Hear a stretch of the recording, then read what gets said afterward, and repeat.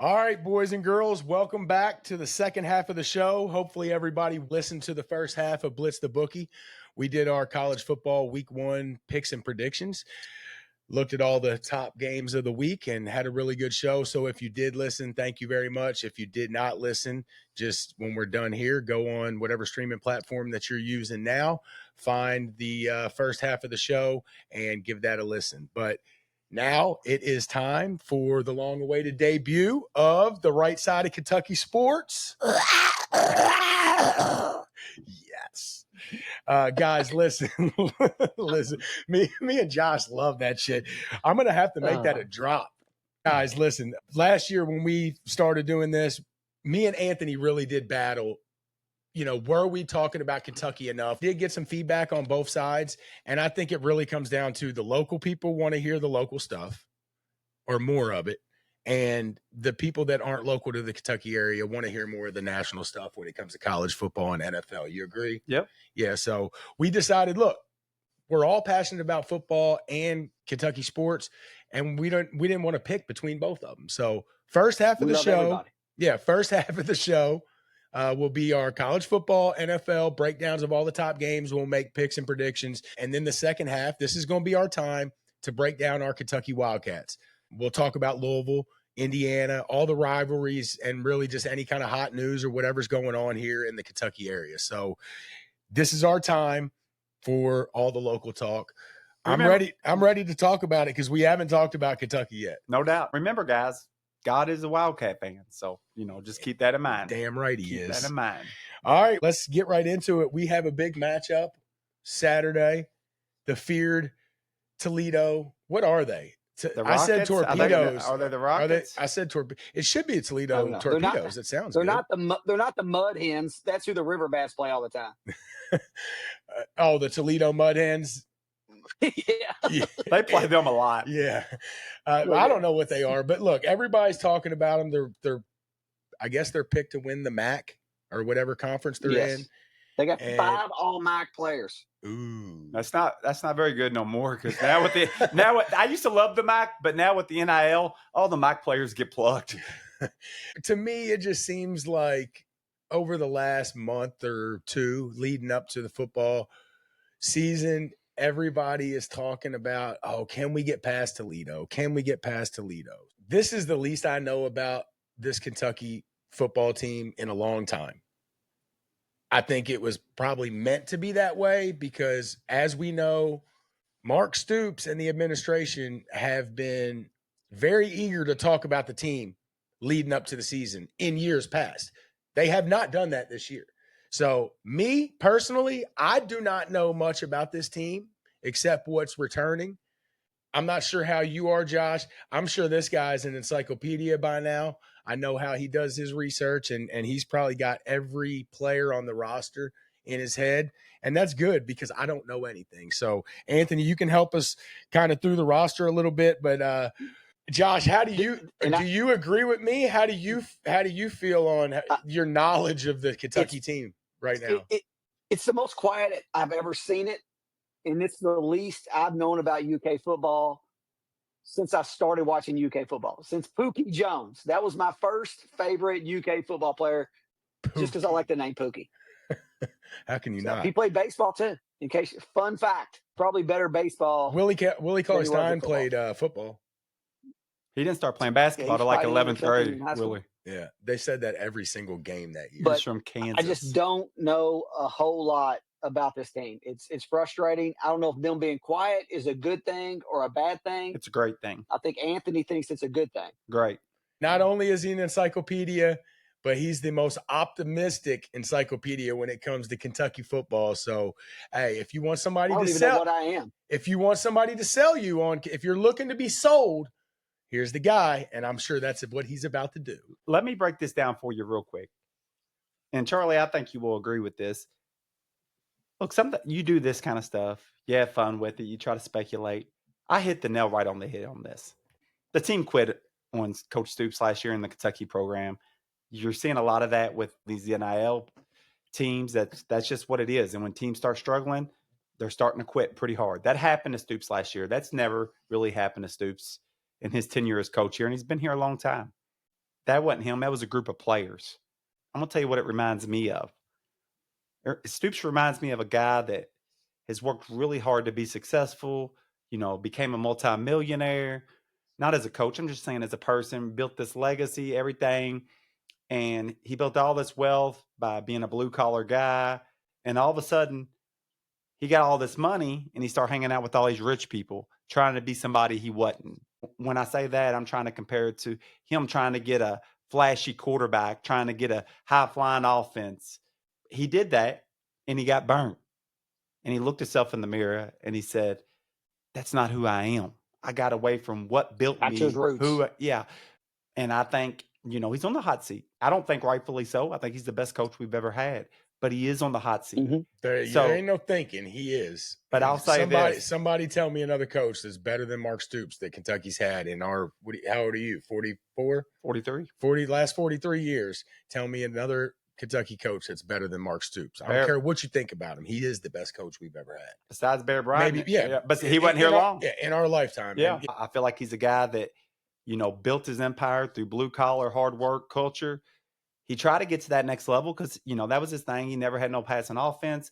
He tried to get that, try to get some flashy guys. We invested our money, in my opinion, our NIL dollars in like 4 or 5 guys. We spread a little money around, but our big chunk of our budget was in 4 or 5 guys. That burnt him. I think Mark Stoops looked himself in the mirror and didn't like what he was looking at. I think he was pissed at himself. I've been mad at myself over things before. And I think he said to himself, if I'm going to go out, I'm going to go out my way, blue collar way. And I think he kind of stole a blueprint from Cignetti, Indiana's coach last year. Cignetti came in last year, and instead of investing in these big names, he invested in a whole team full of good players, maybe not big names, but the good players are a little bit cheaper than those mega names that are out there. And I feel like that's what Stoops did. As soon as the season was over, he was in the office with the coaching staff, and they were working on rebuilding the big blue wall that had become such a big thing during the Mark Stoops era. And for the last couple of years, it's not been there. Our offensive line was horrible last year, guys. That was a big part of our struggles last year is our offensive line was that bad. So what did he do? The great thing about the portal era, guys, is that in years past, you had to get guys in your program. It might take 2 or 3 years to get them in. In the portal era, you get rid of those bad contracts and you free up that money and you can go reinvest that money in other players. And that's what he did. The first thing he addressed was the offensive line. I mean, it was like 2 seconds after the season was over, you heard about him getting Braun and the big boy from Bowling Green. At left tackle, you got Pete, the guy from New Mexico State, the Navajo Nation guy. He's like 6'7". They're all like 6'7". You got Braun, 6'8", 320. Yeah, you got Braun, a 3-year starter from Arkansas. You got Farmer, which he was our one bright spot on our team. That transferred in from Florida the year before. They graded out great. We got him back. The offensive line looks really strong. And then you look over at wide receiver. You got Kendrick Law coming in, going to play the slot from Alabama. Former top 100 player. Really good blocker. He wasn't just a bench player at Alabama. He was in their rotation. Did he get lost in their wide receiver room? Maybe a little bit, but look at their wide receiver room. And then with Jalen Milroe throwing last year, everybody knew his thing. He only threw it to Williams. That was the big knock. They had another transfer at left too. But, Law was a top 100 recruit, which is hard to be. And he was a productive member of Alabama. Macklin last year, he was our junior college transfer All-American. He was a big recruit for us last year. But he was our third option behind Keir Brown. That was a huge get back that when he came back, because I know that everybody was kind of thinking he was out the door too. You know what kept him was at the end of the year when Brown and Barryon Brown and Key kind of quit. They started targeting. Well, they kind of moved him to the outside. He was playing in the slot last year. They moved him to the outside. For those 3 games, he showed out. And that was against Tennessee, Louisville, and Texas. Some really good defenses right there. And he showed out. That's why he was so highly sought after. He just wasn't getting targeted. So you got him, you got Law, you got Hardley Gilmore. He had transferred to Nebraska, but then got in a little trouble, and Stoops took him back. But he was a bright spot for us as a freshman last year. So Stoops knew what he was getting back when he got him.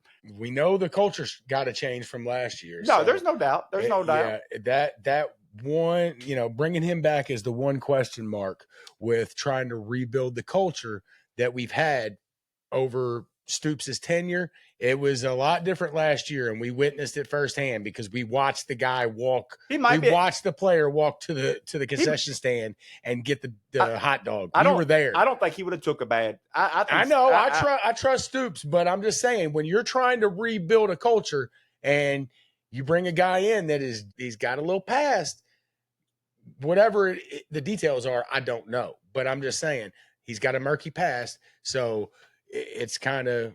What kind of teammate is he? Because I tell you, I've seen people. I've even played football with people myself that weren't the best people outside of football, but for whatever reason, they were great teammates on the football field. I agree that probably happens a lot. There's people like that. Yep.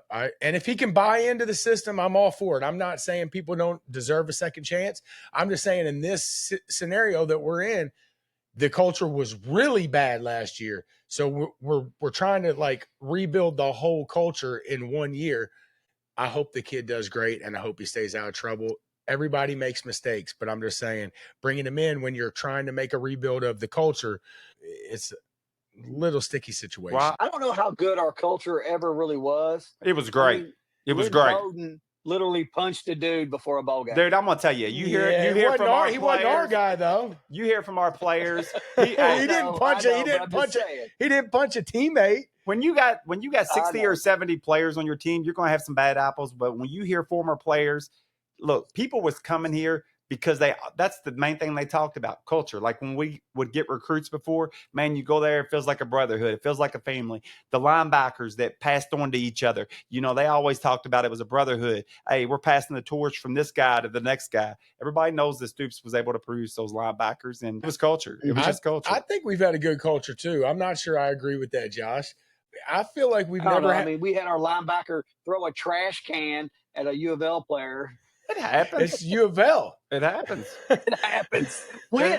Dude, when you have that many players on a team, but when you get teammates that are right there and they're saying that, there's no doubt. Those are standalone situations. You go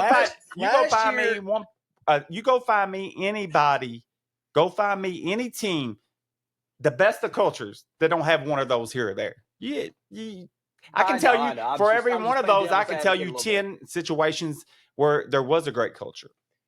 Last year was not just one scenario. There was multiple guys quitting, guys going to the concession stand, getting hot dogs. Barry Brown, those dudes were toxic. What are you going to do? If you're Coach Stoops, you just got to swallow it. Yeah. You clean That's house. What he did. That's what he did. Yeah, so he did what he did. Yeah. Let's see if we get results. Yeah, clean house and rebuild the culture. I'll say this. I trust in Stoops. I'll say this, guys. I'm getting to the running back room. Be super excited. Everybody knows about Wilcox, how explosive he is. If he's lightning, then you got thunder over there with Dodwell. He started off at Oregon, went to Nebraska. He was their 1-2 punch last year at Nebraska.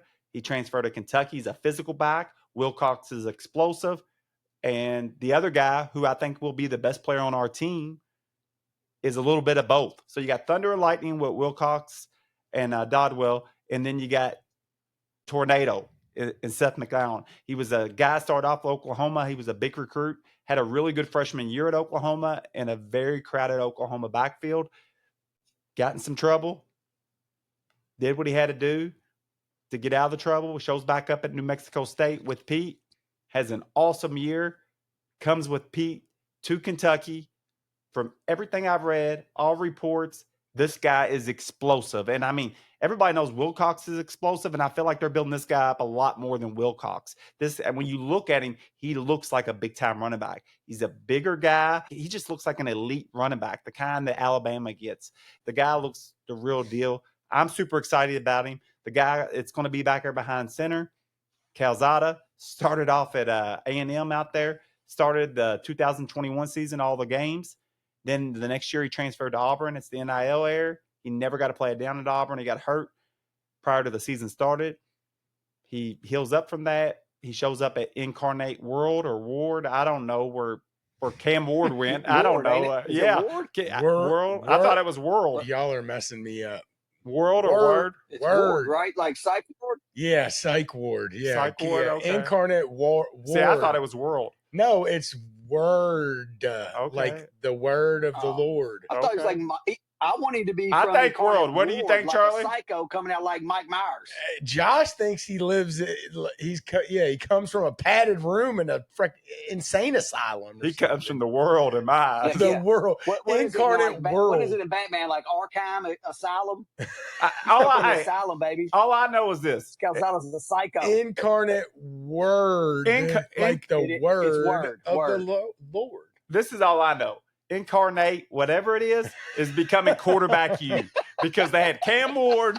Now they're actually going to produce the number 1 pick in the draft in Calzada. He might be a top 10, hot take. Yeah, that's right. Hot take. So Cam Ward, now Calzada, the quarterback you. People are going to quit going to Ohio State and Alabama, and they're going to start going to Incarnate, whatever it is. All right, guys, what do y'all think about this game? I'll go first. I'm not worried about the game. I think everybody's overreacting to a one-off bad season last year. I have faith in Stoops. He is on the hot seat. He can't win 3 games. He can't win 4 games. He better get to at least, I'd say, 5. But I believe in Stoops. We're too much for Toledo. If we lose to Toledo or win by 3 or 6, I think we're in for a long, long season. But to me, we'll beat them, man. They're not going to be able to handle us in the trenches. I like what you said about the offensive line. I think the offensive line is going to be much improved. Toledo, no way. Give me the Cats. What's the spread? I mean, I know it's bounced around. 9.5. Give me is it back up to 9? We should have took it at 7. I'm not scared. I'd take it. I'd take it all the way to 12.5. I mortgaged everything I had, pulled everything out of our retirement. Oh, don't do that again. Don't do that again. Anthony did that in week 1 or 2 last we year. made the money back at my house. I mortgaged everything my dad, my grandma, everybody has. They don't even know it. And that's why the line went from 7 to 9.5. So Anthony's over here moving spreads. Kentucky by 20. I'm thinking this game's ugly. I just think Stoops sticks to the basics this game. You're ugly. Damn. I think it's 24-12, 21-10, something like that. I hope it's what Anthony's going to say here in a second. 30 to 7. Or Charlie has already 30 said. 30 to 10. But I think Stoops is going to keep stuff close to the vest, hoping everything up against Ole Miss. Just don't leave anything in the playbook or in the back pocket and get beat by Toledo, please. All right, guys. Saturday, you're going to hear the cold whistle all night long. That's the 3rd down whistle if you don't know what Kentucky football game. We'll have to get that as a drop, too. They play the cold whistle. They go, fans get nuts, take off their shirts, get crazy. Guys, if you haven't been to a don't blow that, UK football game, you get divorced. If you haven't been to a UK football game over the past couple years, get your ass there. If you live in Kentucky and you're a Kentucky fan, get your ass there. Guys, the atmosphere there is electric. The cold whistle comes on 3rd down. I freaking turn into a werewolf, son. Sometimes I get so crazy, dude. I don't even go home at night because I think I'm going to just freaking explode and my wife will divorce me. I'll just say that. Dude, I'm so freaking pumped up.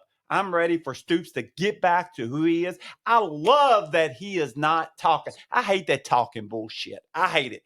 You don't got to talk, dude. Just go out, kick ass, take names, let your fucking game do your talking. I hate when they build shit up with the talking. That's for pussies. Stoops is football. Get back to his roots. Blue-collar football. Kentucky, 1 million. South Toledo. $1 million? Toledo, nothing. $1 million to nothing. If they score $1 million, I would take the over. $1 million to nothing. I love it. Cats. Let's go. See, I'm starting. I might turn into that werewolf. We better get our ass out of here, guys. So, hey, real quick, just watch. We got 3 returning DBs. Alex Safari back at linebacker. Watch the defense. Let's go. Yes, sir. Let's ride. Yep. Wildcat country, baby. Hey, real quick, what about them Cards? What are y'all thinking about them Cards this year? They got Miller Moss. I like Miller Moss. He's coming in. He's going to be working with Jeff Brom, the old quarterback whisperer.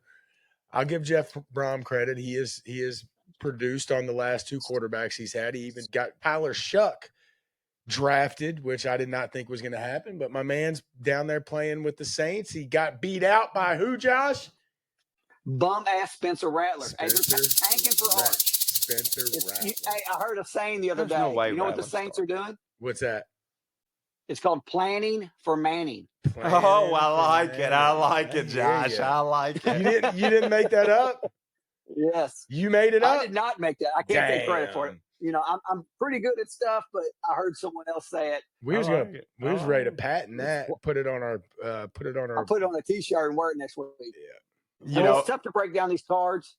I think they got a good running back, Isaac Brown. Yeah, he is good. They have a good set of receivers Anthony over loves there. the receiver. They do. The Lacey kid was like the top transfer in the country at wide receiver last year. He played a couple games, disappointed at a pinch, but then he got hurt. So he kind of gets that reset button. But he was supposed to be a big deal coming over from South Alabama. The Bell kid over there, he's the most productive wide receiver they get back. My question is a little bit with Louisville on their offense and defensive line. There's a lot of questions there. But Brom's proven that he can put a winner together. I'm not sold on him as much as some people, but I don't think he's a bad coach either. We'll wait to see. With all these coaches now, especially these teams like Kentucky and Louisville that are really digging into the portal a lot, it's going to come down to, do you hit on the players you bring in? Kentucky last year missed on the players they brought in. This year they could hit, but next year it could be a whole nother group. So it's going to come down to talent evaluation and what kind of budget you got to deal with. But you could have a really good year one year and have a really bad year the next year if you don't, bring in the right guys. The good thing about it is if you don't like your group, the next year you can sign a whole new group. I think it's a couple of weeks before we learn anything really about U of L. I mean, it's going to be 42-0 at the half, probably against Eastern. Don't sleep. Winkle thinks don't sleep on them. Next week's a trap game for them. James Madison on Friday night. Watch out. Sleeper playoff team, James Madison. Might be there. It ain't going to be Boise State this year. I promise you that. They get beat today? They were down 24-7. Yeah, they were down good. Yeah, they lost. South Florida got them. Louisville should be good this year, guys.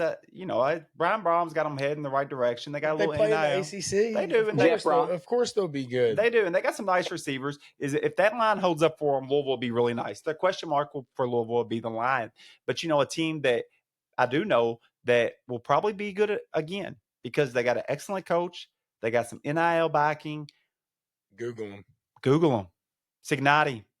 Over there, Signati from James Madison. You sound over there, like you're from up north. Signati. He was the story of the year last year. Was not a fan at first. Charlie, you was on him early. I start watching them. I don't change my mind much, guys. I'll just let you know. I don't change my mind much. When I get set into something, I'm like, because I try to make a good decision on stuff. And so if I don't like them, I just stay not liking them. But I changed my mind on him. I watched him as a coach. Hey, the guy, top level coach, guys. Just watch him. Watch him coach. He's out coaching everybody.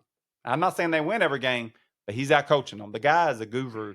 He was really smart to kind of just bring in a bunch of good guys instead of spending your money on the one or two big names there and blowing your whole budget. I like that strategy. I hope Stoops sticks with it here. But I like him as a coach. Indiana better lock him. I know they did lock him up, but they better make sure the buyout's big. Because as soon as one of these big-time programs need a coach, that's who they're going to come get or try to come get.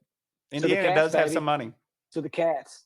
I'll take him. Yeah, that'd be awesome. I'll take him. That would be.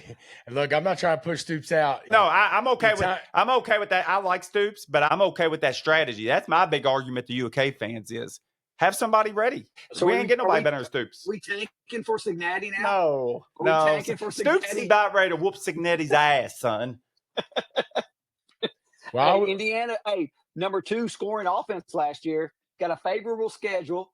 They don't have to play Ohio State or Michigan, but they do get Penn State and Oregon.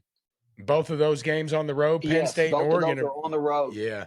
Yep. That's going to be tough. I've just been wondering why nobody's been talking about Indiana. I feel like they're ranked 20th or 20. I don't know. They're like around 30. Depends where you look. It depends where you look. Nobody's talking about them. They're going to ride under the radar a little bit. I know they didn't really get hyped until maybe week 4 or 5. I think they were like 5-0 or something before everybody started talking about them last year. But I figured at least the hype would continue into this year. But I haven't heard anything about Indiana, but I do trust in Signetti. I like the guy a lot, and I think he's probably going to have another really good roster up there. He he brought in a great roster on his first years. And I don't know how many returning players they got. Anybody know? You know why? Probably returning starters. You know how many they got? I know they got that big wide receiver. They got 4 on offense and 4 on defense. Is there quarterback? Is he back? No, I don't think he returning is. starters. No, the QB's Mendoza.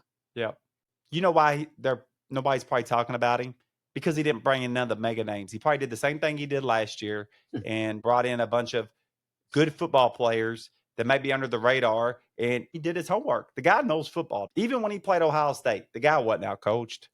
He's just out-talented a little bit, like Ohio State did a lot of people. Google him. Well, who's Indiana got this week?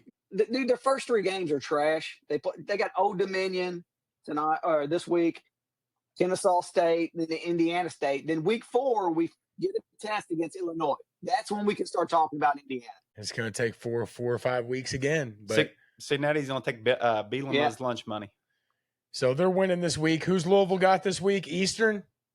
EKU, 42-0 at the half. Brahms playing 5 QBs. They'll win that one big. We'll learn more about U of L the same in like 3 or 4 weeks. 2 weeks, Josh. Next Friday. Stop saying that. James Madison. Let's go. I'm not saying they're going to beat him, but I'm not joking when I say James Madison's going to be really good this year. So Louisville better not sleep on him. It might be. It is here, isn't it? I think it's here because it's on Friday night. So yeah, they're not going to James Madison. Yeah, it'd be tough for James Madison to come in there and win. But I'm telling you, they got a good team. So we'll watch and see. Sounds to me like Cats, Cards, and Hoosiers all 3 win this week. Yep. Everybody agree with that? Yep. We're starting off 3-0 around here in the Commonwealth. Guys, y'all got anything else? Nope, that's all I got. Nobody's worried about Toledo for real, right? We ain't worried about Toledo. No. Josh said it's going to be close, but you ain't worried, are you, Josh? I mean, there could be like a backdoor cover, something weird happens. Josh is worried. I don't really think we have we might lose a couple. I don't know enough about this team. Hey, real quick. Real quick. Hope we win by 30. Hey, you got $4 million. Before we get off here, let's end it with this real quick. We're rapid fire through it. You got Kentucky schedule in front of you? Damn it, you made me. I didn't close it. Well, I'll say this while he's looking it up. We might lose a game here or there, but I really don't think we have much to worry about until we get to the college football playoff. And that's when the big dogs come in. That's when you get, teams from all over. That's when we'll get tested for real. I think we might get 1. There possibly 2 losses, but I think when the playoff starts, that's anybody's game.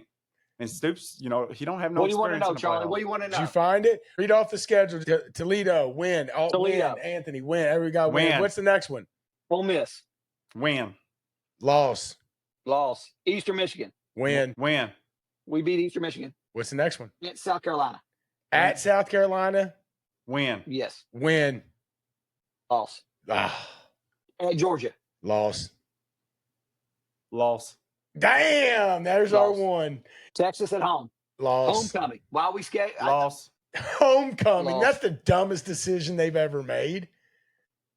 Tennessee. Home. Win. At Auburn. Win. Man, I want to see Auburn before. I'm gonna say a loss. Florida at home. Win. In November, it's cold outside. He's probably going to break DJ Lagway's Heisman run there. I gotta say loss. We're cursed. Who's Tennessee that? Tech. Tennessee Tech. Win. At Vandy. Win. We gonna be beat up. I say win. At Louisville to finish it up. Win. That's going to be our game. That's a win. How do I only got like 4 losses or 5 losses? There's no way. I don't have us going 8-4. I had Ole Miss loss, Texas loss, Georgia loss. Who else did I have loss? You have all. No, you had us losing Auburn. That's 4. Is that the only 4 I had? Is Kentucky going 8-4? So I'll say this: going into the Louisville game, we'll have 2 losses. That'll be the game to decide if we make it to the college football playoff. I love it. I love it. The and most Stoops optimistic Kentucky encyclopedia you'll ever read right here. Yes. To be in it, you got to believe, son. That's a record. Listen, $1 million to nothing. To create anything great in this world, you got the person behind it's first got to believe it. You got to believe it. I believe it, Anthony. I believe it. I'm ready. Cats by 1 million. We're going 8-4. Bet them to cover the spread. Bet them over 4.5 wins for the season. Get that in before Saturday. And I guess bet the over because they're about to score 1 million. Guys, y'all got anything else? No, man, just appreciate everybody who listens. Yes. Go ahead, Josh. Unorthodox format this week, but I hope you guys still enjoy it. We'll fix things. We'll be better. Keep listening and share it with your friends. Yep, absolutely. Thank you all for listening. Check us out on all the social media. Like, subscribe, share with a friend, leave a comment. We're going to start reading some of the comments too. That's all I got. Anthony, you got anything? Guys, look, our show's getting a lot better. Look past this one right here. This has been a rough week. We've tried to record this thing like 3 times. I can sit here and tell you the story, but we're already short on time. No, guys, shit. Listen, we appreciate you listening. If we don't hurry up, we're not going to get it out before the game starts. Yeah. So it's Josh's wife almost made him quit already. Josh is probably he don't even know what he done got himself into. It's a mess this week, guys. Cut us a break, but we are working. This is our third recording to make this happen. What's up, Josh? I'm literally in my bathroom closet. You said you was in a closet. I didn't know you was in the bathroom closet. I started off in my truck. So I'm in the bathroom closet. Hey, that's how we do it around here. Hey, nobody would have ever known if you didn't tell them, Josh. That's right. Guys, thank you all for listening. Catch you next week on Blitz the Bookie. See ya.